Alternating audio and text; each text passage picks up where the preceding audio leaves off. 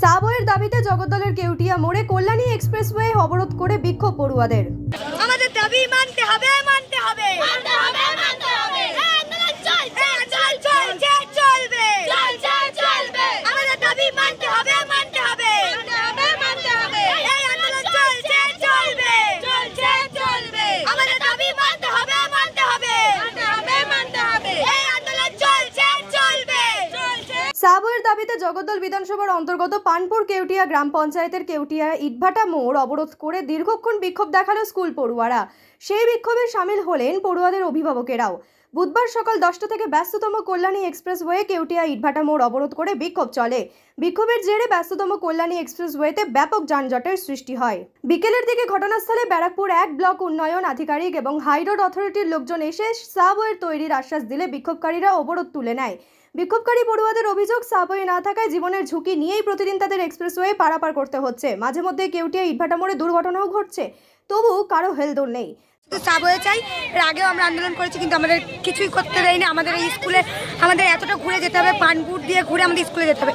টাইমেরও ব্যাপার আছে একটা। তারপরে কত বৃদ্ধ লোক আছে, ঘুরে যেতে হবে। কোনো পেশেন্ট আছে, এমার্জেন্সি পেশেন্ট হলে গোল ঘরে যাওয়ার জন্য আমাদের ঘুরে ঘুরে যেতে হবে। কিন্তু আমাদের এটা করতে, আমাদের এখান থেকে একটা জায়গা দিয়ে দিলে আমাদের এখানে 1000 লোক কলেজ যাবে, স্টুডেন্ট আছে, পেশেন্ট আছে, অনেক কিছু আছে। কতক্ষণ ধরে তোমরা অবরোধ চালাচ্ছ? আমরা 10টা থেকে সকালে চালাচ্ছি। আর যদি আমাদের রাস্তার কোনো ইয়ে না দেয়, আমরা এখনো চালিয়ে যাবো। কোনো পুলিশ প্রশাসন এসেছিল এখানে তোমার সাথে কথা বলতে? এসেছিল, কিছু বললো না, চলে গেল। কিছু বললো না, কিছু জিজ্ঞাসা করলো না। মেন কথা দেবে না, তা আমাদেরও তো এতটা ঘুরতে হবে।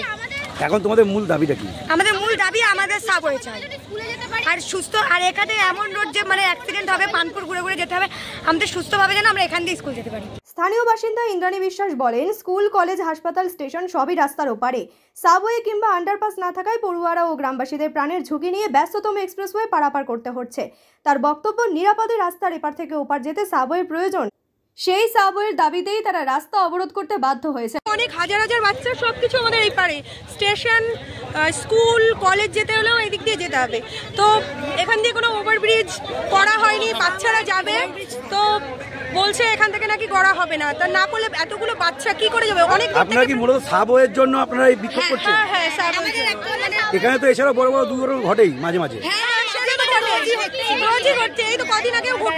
অপরদিকে ব্যারাকপুর 1 ব্লক উন্নয়ন অফিসের পূর্ত দপ্তরের কর্মাধ্যক্ষ বলরাম সাঁতরা বলেন, পঞ্চায়েতের তরফে হাইরোড অথরিটির কাছে চিঠি দিয়ে সাবওয়ে তৈরির ব্যাপারে জানানো হয়েছে। সেটা প্রক্রিয়ার মধ্যে আছে, তবুও কেউ বা কারা পড়ুয়াদের রাস্তায় পাঠিয়ে রাজনীতি করতে চাইছে।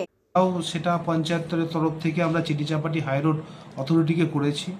করার পরে একটা চিন্তাভাবনা চলছে। এটা তো যখন হাইরোড মেজারমেন্ট হয়, যে চওড়া হবে কি প্রশস্ত হবে, তখন ওই বিষয়টিকে ওখানে ধরা ছিল না। ওখানে যেহেতু একটা টোলের ব্যাপার চলছে ওখানে, সেই কারণে ওই সিস্টেমটা তখন করা হয়নি। পরবর্তীকালে চিন্তাভাবনা করা হয়েছে, যদি কোনো রকমভাবে ওখানে কোনো কিছু ব্যবস্থা করা হয়, এটা চিন্তাধারার মধ্যেই আছে।